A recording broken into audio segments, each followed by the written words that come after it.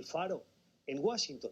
Trabaja en Washington desde hace unos meses, se ha trasladado a la capital estadounidense y lo saludamos con gusto. José Luis, ¿cómo estás? Bienvenido. Muy bien, Gustavo. ¿Cómo estás? Gracias por acompañarnos y damos también la bienvenida a Lila Abed. Es analista internacional y politóloga. La saludamos en San Diego, en Estados Unidos. ¿Cómo estás, Lila? Gracias por tu tiempo. Bienvenida al programa. Pues al contrario, muchas gracias por la invitación. Un gusto estar contigo y un saludo a José Luis también. Lila, gracias y particularmente gracias por madrugar. Estás en San Diego, si no estoy mal, son las 7:30 de la mañana en la costa oeste de Estados Unidos. Valoramos mucho esa madrugada para compartir tus puntos de vista con nuestra audiencia. Y comenzamos precisamente hablando de Estados Unidos, de esa situación en la frontera. Ha aumentado exponencialmente el número de migrantes que llegan, que solicitan asilo, que entran por esa frontera sur a Estados Unidos buscando ese proceso de asilo.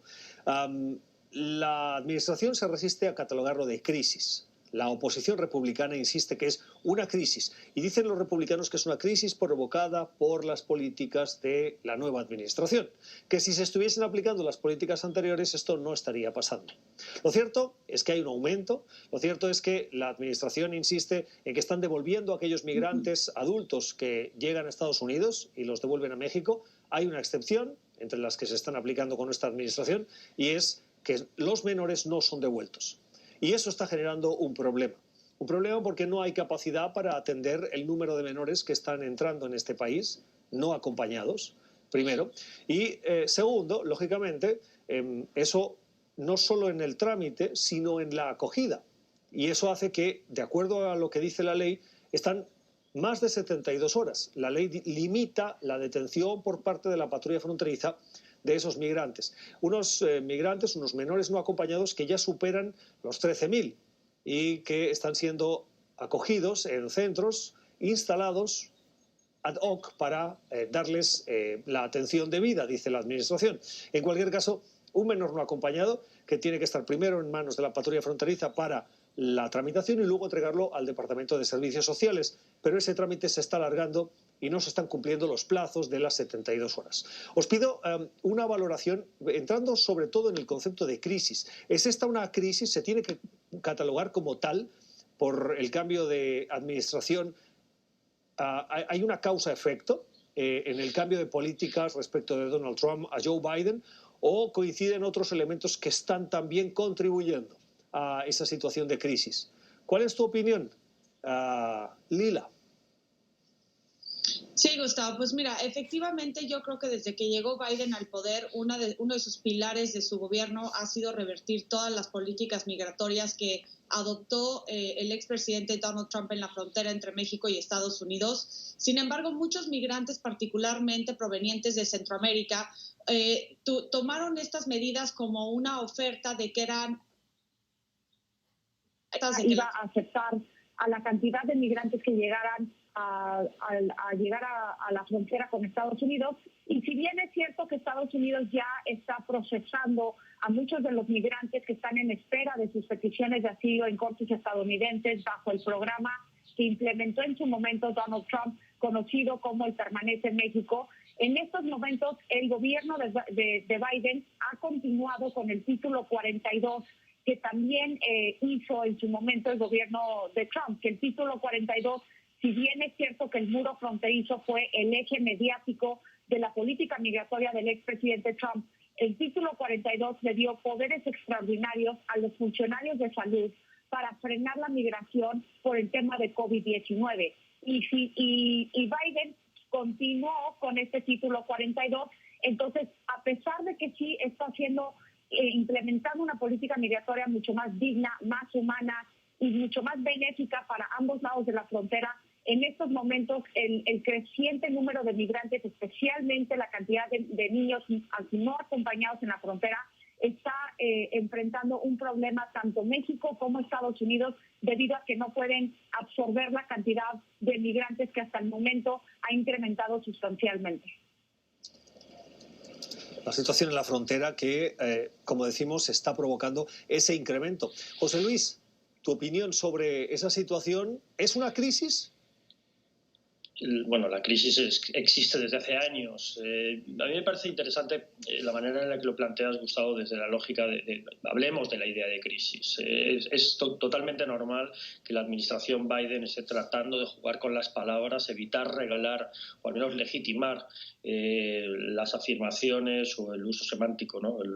de los republicanos, y al que yo creo que en general los medios de comunicación de Estados Unidos se lanzan con gusto, porque lógicamente existe una crisis, pero es una crisis que la pregunta es cuándo importa y cuándo no importa. Es decir, si los migrantes se quedan del lado mexicano, igualmente hay una crisis humanitaria. Es una crisis humanitaria que está ahí desde hace décadas.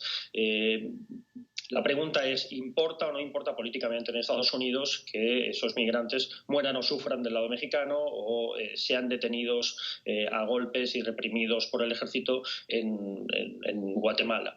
Al fin y al cabo, estamos enfrentando una crisis migratoria permanente y una crisis de derechos humanos permanente.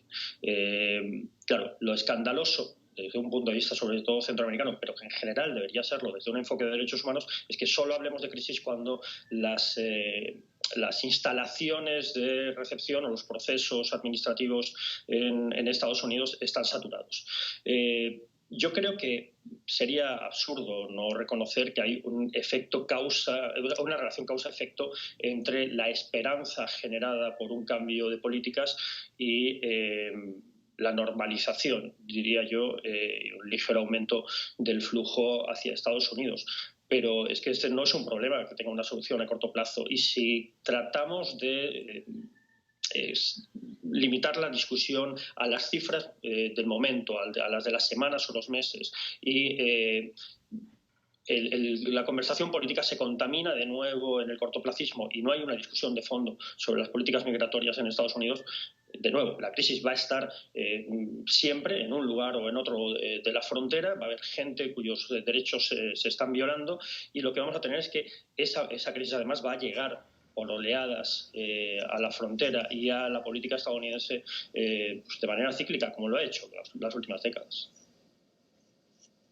La mayoría de migrantes que llegan solicitando asilo en la frontera sur de Estados Unidos no vienen de México, vienen del conocido Triángulo Norte, ese grupo de países en Centroamérica que conforman Guatemala, Honduras y El Salvador. Países a los que, desgraciadamente, aúna la descripción de ausencia de oportunidades, de violencia, de discriminación y de, ahora, afectación por los últimos desastres naturales, como los 2 huracanes que hace unos meses tan solo acabaron con las pocas oportunidades económicas que había, los huracanes Iota y Eta. Quiero, antes de entrar en Centroamérica, que José Luis y Lila lo conocéis bien, quiero preguntaros por México. Durante la administración Trump, la relación entre Andrés Manuel López Obrador y Estados Unidos fue sorprendentemente buena. Hubo química, hubo acuerdos y hubo pragmatismo y realismo, particularmente por parte de AMLO. Un AMLO que puso en marcha todo un ejercicio para controlar esa migración que viene de ese Triángulo Norte, hasta el punto que algunos analistas llegaron a escribir y elucubrar sobre que el verdadero muro que había construido Donald Trump fue la activación del control por parte de México de esos migrantes que vienen por tierra, y eso evitaba que llegasen a la frontera. ¿Cuál es la responsabilidad en esta crisis del gobierno de México? ¿Ha levantado el pie del acelerador? ¿Se ha relajado México con respecto a esos controles, Lila, y ahora permite que lleguen esos migrantes a esa frontera? Pues mira, Gustavo, yo creo que cuando estaba Trump en la Casa Blanca definitivamente tuvo una gran relación con Andrés Manuel López Obrador.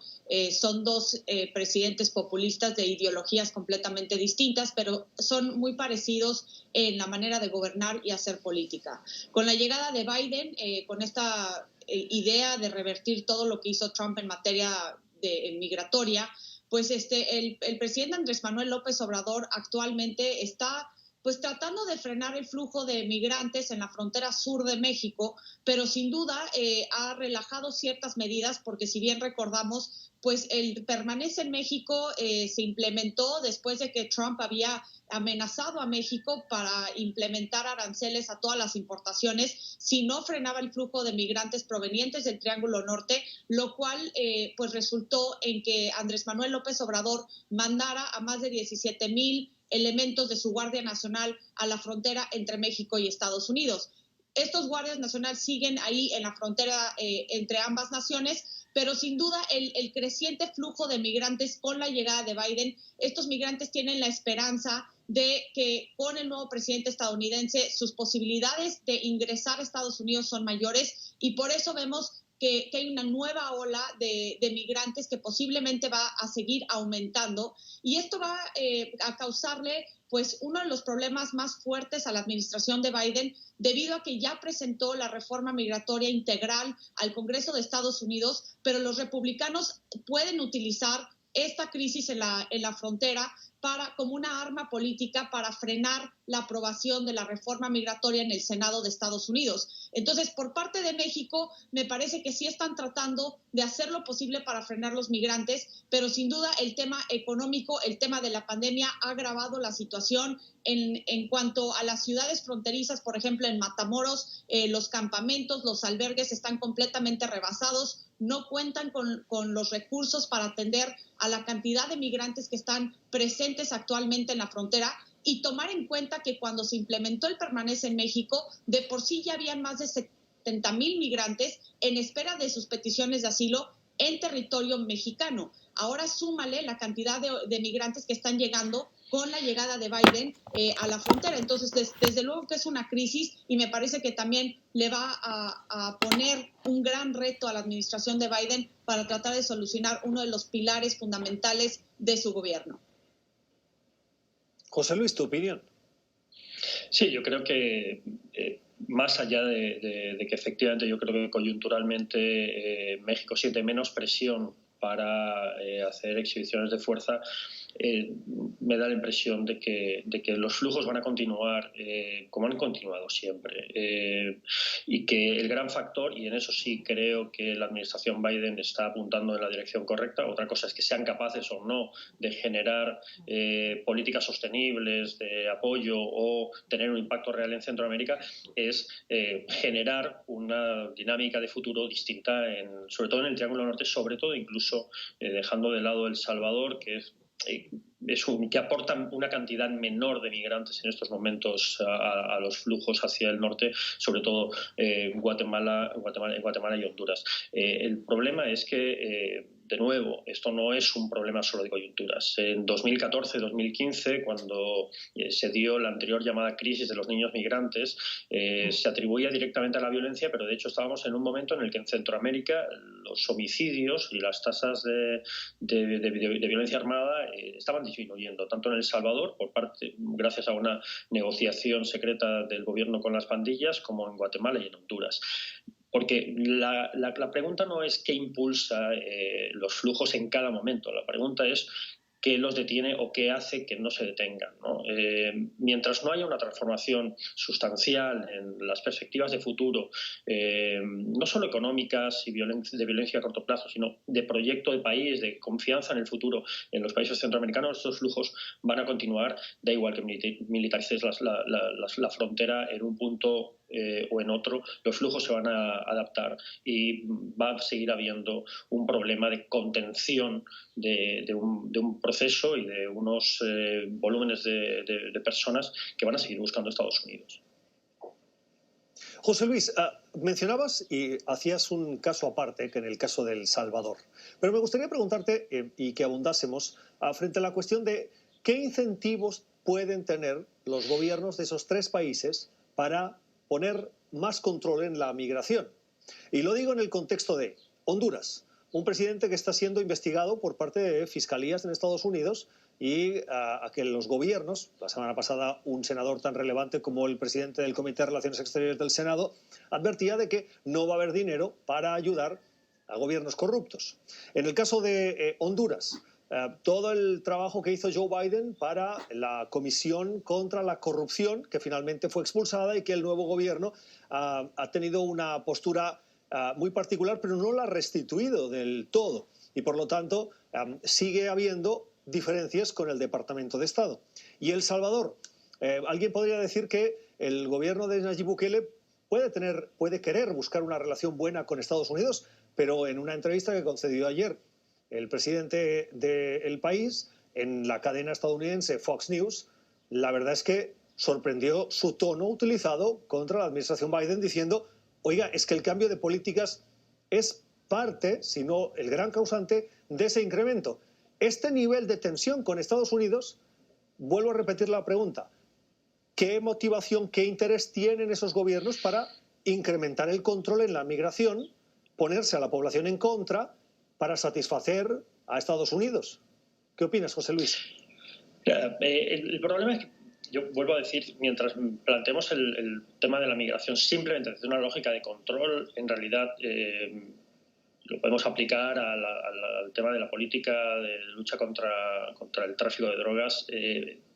Mientras lo enfoquemos solo desde una lógica de control, creo que cualquier política está abocada al fracaso. Eso para empezar.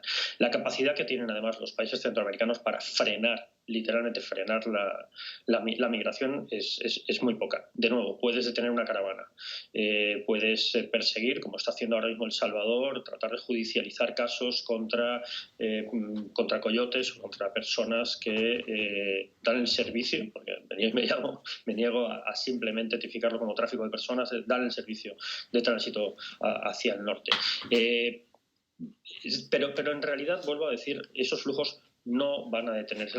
Yo creo que la pregunta la reenfocaría qué incentivo pueden tener o no los países centroamericanos y los gobiernos de Centroamérica del Triángulo Norte en estos momentos para realmente hacer cambios sustantivos que desincentiven la migración o que hagan que una buena cantidad de población que ahora esté pensando en migrar se lo replantee y decida apostar por su país. Está sucediendo relativamente en El Salvador, donde Nayib Bukele, a pesar de las enormes críticas que sabes que tengo a su gobierno y que organizaciones de derechos humanos y de libertad de expresión están haciendo a su creciente autoritarismo, están consiguiendo generar cierta esperanza, y yo sí creo que hay población que se está dando un compás de espera a la hora de decidir si migrar o no. Pero eso de momento no va a pasar en Honduras mientras no haya un proyecto más sólido. Y lo cierto es que en estos momentos la única razón que tienen los gobiernos de Guatemala o de Honduras e incluso de El Salvador para colaborar con Estados Unidos en la construcción de políticas más de largo plazo, en la aplicación de políticas que reduzcan la desigualdad, que reduzcan no solo la violencia homicida, sino que mejoren la vida de la gente, ahora mismo es el chantaje. Y cuando digo es el chantaje, es el juego de presión política de un Estados Unidos que tiene una influencia muy fuerte en la región y que se enfrenta a gobiernos que no son grandes socios. Es decir, hablabas de Juan Orlando Hernández, ahora mismo cuestionado por vínculos con narcotráfico en una corte en Brooklyn. Hablamos de Alejandro Yamatei, que en Guatemala en realidad es, digamos, el rostro de un pulso de élites para controlar el sistema judicial y perpetuar un sistema corrupto. Y hablamos de un Nayib Bukele que los cuestionamientos sobre su compromiso democrático son muy importantes. Al fin y al cabo, la difícil diplomacia que tiene Estados Unidos en la región y la posibilidad de que con la ayuda de la comunidad internacional se generen políticas más de largo plazo en la región, creo que es lo único que, de nuevo, a medio o largo plazo puede hacer que los flujos disminuyan. Lila, con tu opinión cerramos. Pues mira, Gustavo, yo creo que también muy interesante que, de hecho, por ejemplo, el presidente mexicano Andrés Manuel López Obrador en su última reunión virtual con el presidente Joe Biden quería hacer una propuesta de un programa bracero para impulsar que más de 600 y 800 mil trabajadores, tanto de Centroamérica como de México, pudieran trabajar en Estados Unidos, es decir, un impulso para que la inmigración pueda continuar hacia Estados Unidos. Todo esto, obviamente, en el marco y con la lógica de que haya más trabajadores de ciertos países, por ejemplo, mexicanos, y que puedan regresar dinero a sus países de origen. En tan solo México, las remesas acumularon 41 mil millones de dólares el año pasado, y sabe que tener más trabajadores en Estados Unidos pues se traduce en más dinero para para México y para los países que representan estos migrantes. Y me parece que este tema de remesas, debido al declive económico que ha traído la pandemia en la región, creo que también por eso estamos viendo un incremento en el flujo y también por eso vemos que hay ciertos presidentes que hasta favorecen la migración bajo la lógica de que pueden enviar más dinero cuando están ahorita lidiando con un panorama económico pues grave. La situación en Centroamérica. Esto que explicabais, tanto Lila como José Luis, me hace recordar un artículo que la semana pasada comentábamos aquí en el programa, y es sobre cómo en Centroamérica, y particularmente en esos 3 países, si sumamos además, estamos hablando de Guatemala, de Honduras y El Salvador, cómo se está erosionando la calidad democrática en esos 3 países. Además se puede sumar ahí Nicaragua, no hay mucho que añadir. Y podríamos incluso sumar México, con determinadas actitudes, particularmente con los medios de comunicación, por citar solo un ejemplo, del presidente Andrés Manuel López Obrador. Todo ese grupo de países, durante los últimos meses de pandemia, han visto cómo la calidad de su democracia se ha ido erosionando. Preocupante esa tendencia que coincide, de una u otra manera, en esa parte de la región latinoamericana. Vamos a la pausa. Esto es Club de Prensa. Hoy con José Luis Sanz y con Lila Abed, conversando sobre esa actualidad que nos interesa. Ya volvemos.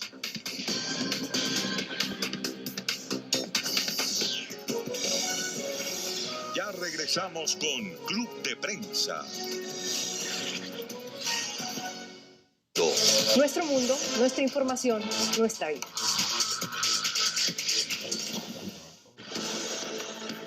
El análisis de lo que está sucediendo y por qué está sucediendo. ¿Por qué hacen lo que hacen los gobiernos más controvertidos del continente? Un acercamiento a los hechos del día que son noticia, pero con las voces y las opiniones que de verdad importan. La tarde fin de semana con Carlos Sánchez. Sábados y domingos 5 p.m. en Caracas, Venezuela. Nuestro mundo, nuestra información, nuestra vida.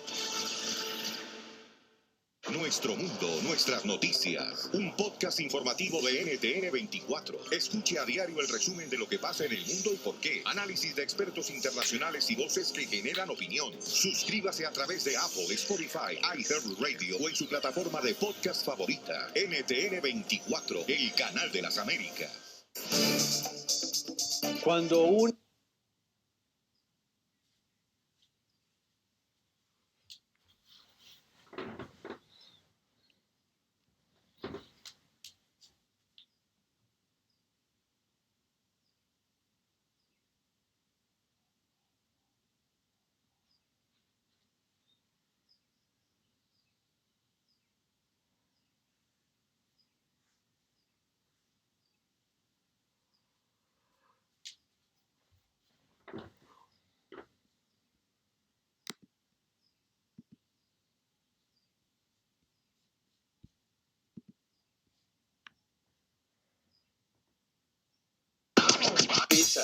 Pizza and Sticks. Estás disfrutando del nuevo éxito Pizza and Sticks de Little Caesars. La inesperada combinación de 4 rebanadas de pizza de pepperoni y 8 sticks de queso con condimentos italianos y crazy sauce para dipear por $109. Nuestra vida. En NTN 24 tenemos claro que hay momentos para informar y otros momentos son para el debate duro, fuerte. Eso sí, la firmeza implica con argumentos, con respeto, siempre. Otros momentos son para escuchar y una vez otros para manifestar solidaridad en tiempos difíciles o compartir buenas noticias. Otros son para analizar y comprender. También hay tiempos para opinar. Como directora de NTN 24, junto con todo el equipo, nos comprometemos a que este año ustedes tengan las mejores coberturas, los mejores debates, análisis y entrevistas, y las opiniones más calificadas. Nuestra información, nuestro mundo, nuestra vida. Excelencia en el periodismo es nuestro compromiso. NTN 24, bajo la dirección de Claudia Gurizati.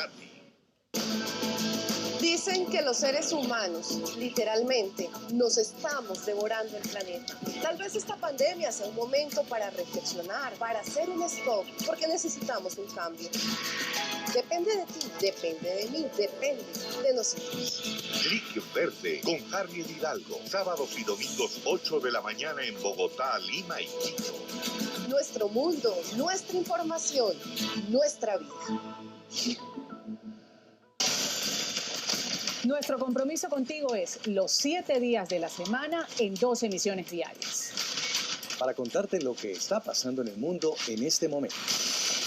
En un noticiero ágil, Concreto, cercano y sin rodeos. El informativo, todos los días, 1 de la tarde y 8 de la noche, hora del este en Estados Unidos. Nuestro mundo, Nuestra información, nuestra vida.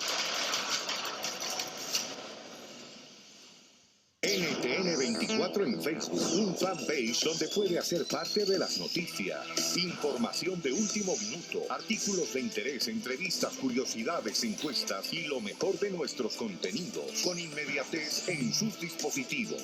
Comente, comparta y conéctese con nuestras noticias. La voz de los que siguen la actualidad desde primera línea nos ayuda a comprender qué pasa y por qué. Nos reunimos a corresponsales y a analistas políticos en Washington, uno de los epicentros de poder del mundo, para tener diversas visiones de quienes transmiten esa actualidad a través de los principales medios de comunicación del mundo. Club de Prensa con Gustavo Alegret, lunes a viernes 10:30 de la mañana, hora del este en Estados Unidos. Este es el mundo, esta es la información, esta es la vida. Para saber hay que entender y comprender. Con los expertos más destacados de la política mundial. Analizamos las decisiones. Discutimos las estrategias. Y estudiamos los movimientos. Continuamos con Club de Prensa. Seguimos en Club de Prensa, el espacio de análisis de NTN 24 desde Washington. Hoy con las opiniones del corresponsal del portal El Faro en Washington, José Luis Sanz, y con la analista internacional y politóloga desde San Diego, en Estados Unidos, Lila Abed, conversando sobre algunas cuestiones como las que te han ocupado en tu trabajo periodístico y en el portal El Faro, José Luis, sobre la reciente victoria del partido Nuevas Ideas del presidente Bukele en El Salvador. Esto ha llevado a que Bukele ahora controle también la Asamblea Legislativa. Ha conseguido en esas elecciones, y es conocida su popularidad entre los salvadoreños, 56 de los 84 escaños, que estaban disponibles, estaban en juego en esas elecciones. Un Bukele que, si bien era criticado por sus tendencias autoritarias y por su afán de controlar el poder e influir en el legislativo, en el judicial, ahora ya no tiene que ejercer esa presión porque ya controla esa Cámara Legislativa. Es preocupante, y lo digo en el contexto de lo que decíamos antes, de esas tendencias en los países de Centroamérica y en México, de esa deriva, de esa erosión de la calidad democrática. ¿Por qué es una erosión democrática el hecho de que Bukele consiga mayoría absoluta en la Cámara Legislativa? José Luis. Bueno, no lo es en sí mismo ese hecho. Es decir, evidentemente la voluntad de la ciudadanía ha dado a Bukele un poder sin precedentes en el Congreso y al fin y al cabo eso en sí es un ejercicio democrático, no una erosión democrática. El problema no es ese. El problema es, son un factor que sí tiene que ver con Bukele y otro que tiene que ver con el rumbo que lleva el sistema partidario en el país. Uno, las señales que en poco más de año y medio de gobierno, Nayib Bukele tomó posesión el 1 de junio de 2019, ha dado en su manera de ejercer el poder. Recordemos que estamos hablando del mismo presidente que el 9 de febrero del año pasado entró con militares en la Asamblea y durante unos minutos usurpó el espacio del presidente de la Asamblea, presidiendo algo a lo que él quita importancia, pero que fue en la práctica un simulacro de autogolpe. aunque luego dejara, digamos, replegar y dejara que la política nacional siguiera avanzando con relativa normalidad. Estamos hablando de un presidente que ha tenido ataques sistemáticos, ha atacado sistemáticamente a los medios de comunicación, haciendo el uso además del Estado.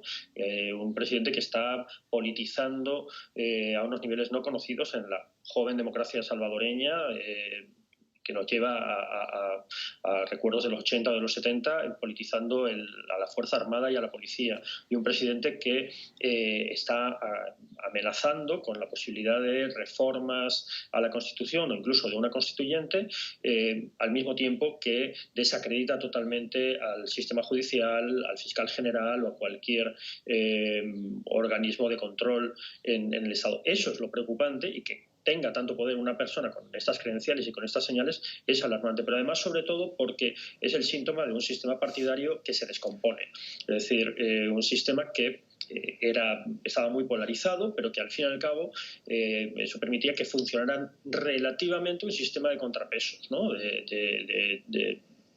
Al estilo estadounidense, digamos, un modelo un poco tropicalizado de vigilancia mutua entre un partido histórico de izquierda, la antigua guerrilla, y un partido de derecha muy radical como es Arena. Ahora lo que ocurre es que de un plumazo Nayib Bukele supera esa etapa y construye un nuevo momento político que empezará formalmente el 1 de mayo con la toma de posesión de la nueva asamblea, pero que puede terminar convirtiéndose en un modelo de partido único. Y eso, desde luego, con esas credenciales y con la perspectiva de futuro que hay, es muy preocupante.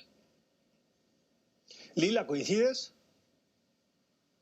Sí, y es interesante, Gustavo, lo que dice José Luis, porque tiene muchas similitudes con lo que ocurre en México, que está por enfrentar unas elecciones intermedias el 6 de junio, en donde se van a reelegir todos los diputados en la Cámara Baja y también muchos municipios, 15 gobernaturas. Y esto es muy interesante porque esta erosión de la democracia se da cuando incluso las elecciones son muy importantes. Las elecciones son necesarias en un sistema democrático, pero no son suficientes. Es decir, los pesos y contrapesos son muy importantes en cualquier democracia para tener una cierta rendición de cuentas entre todos los poderes, tanto el ejecutivo, el judicial y el legislativo. Me parece que en México, por ejemplo, con la mayoría que tiene el partido de Morena, que es el partido del presidente Andrés Manuel López Obrador, le ha dado la posibilidad de hacer reformas constitucionales, implementar gran parte de su agenda que ha querido hacer desde que llegó al poder, y con estas elecciones todo figura que su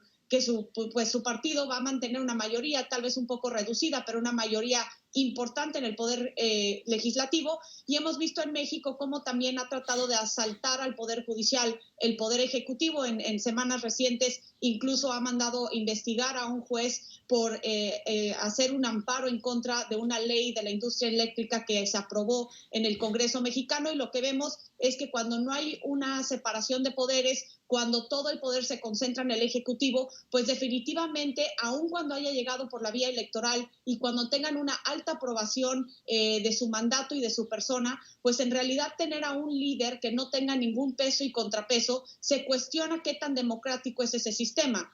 Incluso en México también se ha atacado a los órganos autónomos, a todas las instituciones que normalmente le hacen un contrapeso al Poder Ejecutivo, también se han deteriorado. Y creo que este es un patrón y una tendencia en la región de América Latina. Importante señalar que este año van a haber 9 ciclos electorales en la región, 5 países van a estar eligiendo a un nuevo presidente. Y me parece que es muy importante ver que se siga fortaleciendo la democracia, incluso cuando en general la percepción y el apoyo por ella ha disminuido sustancialmente en toda la región de América Latina. El análisis de la actualidad hoy con Lila Abed desde San Diego, en Estados Unidos, y con José Luis Sanz desde Washington, D.C., conversando sobre algunas de las notas del día.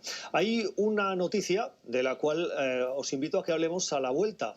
Se acaba de producir y era esperable, pero ha sucedido. La Organización Mundial de la Salud acaba de emitir un comunicado tras revisar los cuestionamientos y las dudas que generaba la vacuna de AstraZeneca, investigada con la Universidad de Oxford. Esa vacuna en algunos países está suspendida debido a la aparición de casos de trombos. de personas que se han inoculado esa vacuna, que han recibido esa vacuna y han tenido problemas de circulación. Eso generó que los gobiernos, por prudencia, Alemania, Italia, Portugal, decidieran suspenderla. La Agencia Europea del Medicamento revisó y dijo en las últimas horas que no, que los datos no llevaban a conclusiones como para detener ese proceso de vacunación, y la Organización Mundial de la Salud se acaba de pronunciar y dice en su comunicado: en este punto, y después de haber analizado los datos y haber conversado con otros organismos internacionales como la Agencia Europea del Medicamento, la organización considera que los beneficios de la vacuna de AstraZeneca, de suspensión, pero de advertencia o de recomendación por parte de los organismos internacionales de que los riesgos no son tan graves como los beneficios para aceptar esa vacuna. Yo creo que lo más preocupante de todo esto es la incertidumbre, la falta de confianza que va a generar esta situación. Más allá de que se pueda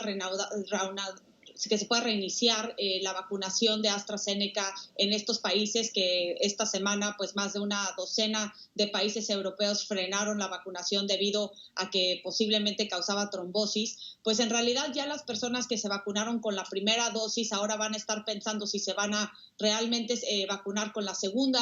Las personas que todavía no son vacunadas, no sé si vayan a tener la misma confianza para vacunarse con la de AstraZeneca, si es que si es una oportunidad para ellos conseguirla. Pero más allá de eso, muchos países, incluso en América Latina, han ya comprado millones de dosis de AstraZeneca para utilizarla en sus propias poblaciones. En México, por ejemplo, aseguró el gobierno mexicano más de 37 millones de dosis. Y bueno, pues debido a esta situación, aun cuando ya la Organización Mundial de la Salud, incluso otras organizaciones como la Asociación Médica de Europa, me parece que muchos ciudadanos van a estar pues muy cautelosos en cuanto a recibir esta vacuna, debido a que si bien es cierto que los riesgos son menores a los beneficios que trae, pues yo creo que esto sí es un golpe muy fuerte para la ciencia desde que inició la pandemia y desde que salieron a la luz las vacunas. Y bueno, pues con el tema de China, me parece que la vacunación,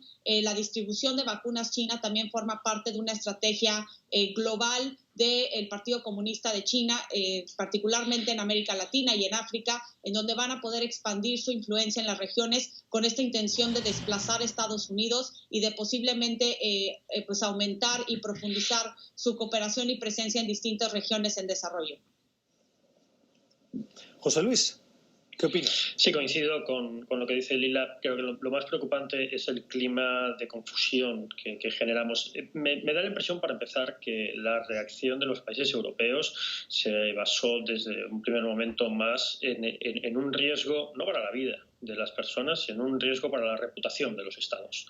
Es decir, que con lo que estaban priorizando era el cálculo político de las posibles consecuencias de que los rumores se confirmaran. Es decir, el impacto que podría tener para su gestión asumir un riesgo que desde el principio, en general, cuando escuchabas las versiones científicas y los análisis de cifras o de posible relación causa-efecto entre la vacunación y estos problemas de circulación, te decían que eran casos que aún si se confirmara que no se ha hecho, que hay una relación causa-efecto, suceden en una cifra residual. Es decir, que en ningún momento ha habido una opinión técnica sólida que apuntara que había que temer por el uso de esta vacuna. En ese sentido, de nuevo, creo que fue una reacción política, no técnica.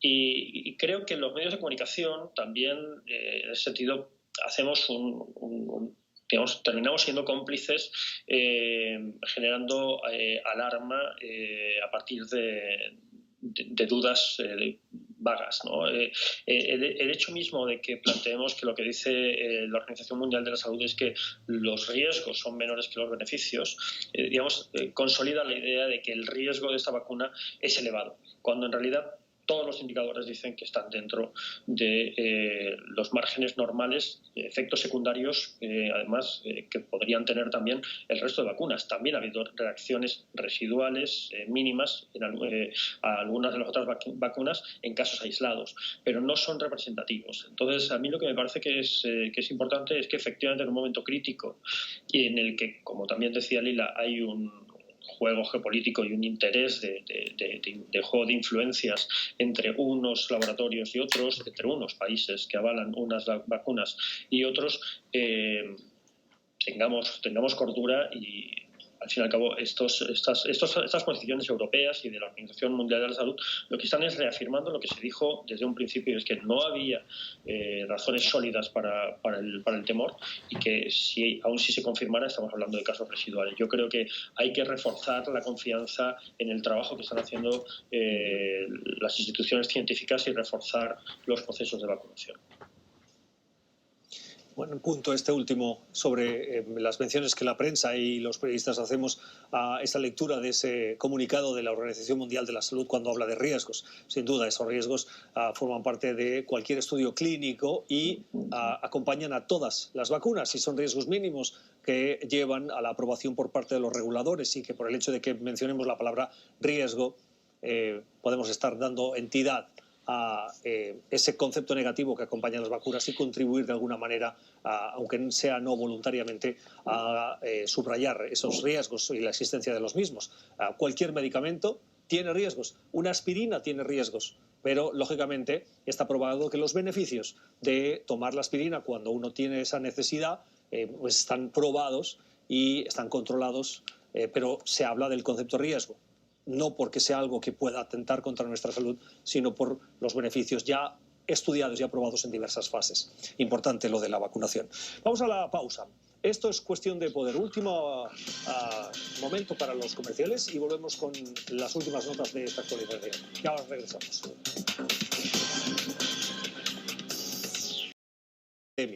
Brasil continúa siendo hoy el segundo país del mundo en número de casos y en número de muertes, después de Estados Unidos. El problema es que los planes de vacunación en Brasil, a diferencia de lo que está sucediendo en Estados Unidos, no avanzan a un ritmo acelerado, lo cual genera preocupación nacional, pero también internacional y particularmente en la región, porque se puede convertir en un foco de difusión de la pandemia. ¿Cuáles son los datos? Brasil tiene hoy más de 11,5 millones de casos confirmados de COVID-19. Confirmados, eso no quiere decir que el país no tenga la capacidad de recoger todos los datos y que por lo tanto haya muchos más. Pero oficialmente 11,5 millones, un poquito más. Y tiene 282.000 muertos confirmados. El primero es Estados Unidos, con más de 500.000. Y el tercero es la India, con aproximadamente la mitad de los que tiene Brasil. 282.000 en Brasil, 150.000 en la India. Os pido un comentario. En este contexto de estos datos, el presidente Jair Bolsonaro, Lila, acaba de anunciar el 5º ministro de Salud, el cardiólogo Marcelo Queiroga, como nuevo ministro. Es el cuarto, disculpen, he dicho 5, es el cuarto ministro en el contexto de una pandemia. ¿Cambiar al ministro de Salud con tanta frecuencia ayuda a combatir la epidemia de la COVID-19? Yo creo que lo más importante, Gustavo, que ha dejado la pandemia es que el liderazgo del mandatario de un país es sumamente importante. Lo hemos visto no solamente en Brasil, donde el presidente Jair Bolsonaro desde un inicio de la pandemia ha promovido el uso de medicamentos y de tratamientos que no estaban aprobados científicamente, minimizó la gravedad de la pandemia y por eso vemos que es el segundo país del mundo con mayor cantidad de víctimas por COVID-19, solo detrás de Estados Unidos, que incluso en Estados Unidos, con el cambio de Trump a Biden, hemos visto un giro de 180 para bien en Estados Unidos con la vacunación y una estrategia completamente nueva. Me parece que el nuevo ministro de Salud va a ser otra oportunidad para tratar de atender la pandemia que ya está fuera de control en Brasil, pero más allá de eso, mientras el presidente brasileño continúe desmintiendo la ciencia, siga promoviendo y pues falsedades contra el COVID-19, me parece que va a seguir incrementando los casos en Brasil y desafortunadamente estuvo un líder equivocado en el momento incorrecto ante una de las pandemias más fuertes en el mundo. José Luis, tengo 30 segundos para terminar el programa. Ayúdame con la brevedad, por favor. Simplemente refuerzo lo que decía Lila. Creo que, por desgracia, sabíamos que tener un líder racista, extremista religioso y que basa su poder, además, en la desinformación, era una fórmula en ese sentido explosiva y perversa para una crisis como esta. Solo la ciencia, el conocimiento y la información de calidad puede ayudarnos a tomar decisiones correctas. Brasil es el ejemplo de todo lo contrario, y 4 ministros en una crisis lo que evidencia es la falta completa de rumbo. Ojalá esto tenga consecuencias políticas para Bolsonaro. Club de Prensa, hoy con José Luis Sanz y con Lila Abed. Gracias a ambos por habernos acompañado y a ustedes por su sintonía. Mañana volvemos a las 10:30 hora de la costa este. Les volvemos a esperar 9:30 hora de Quito, de Lima y de Bogotá. Gracias por su compañía. Cuídense del coronavirus. Hasta mañana.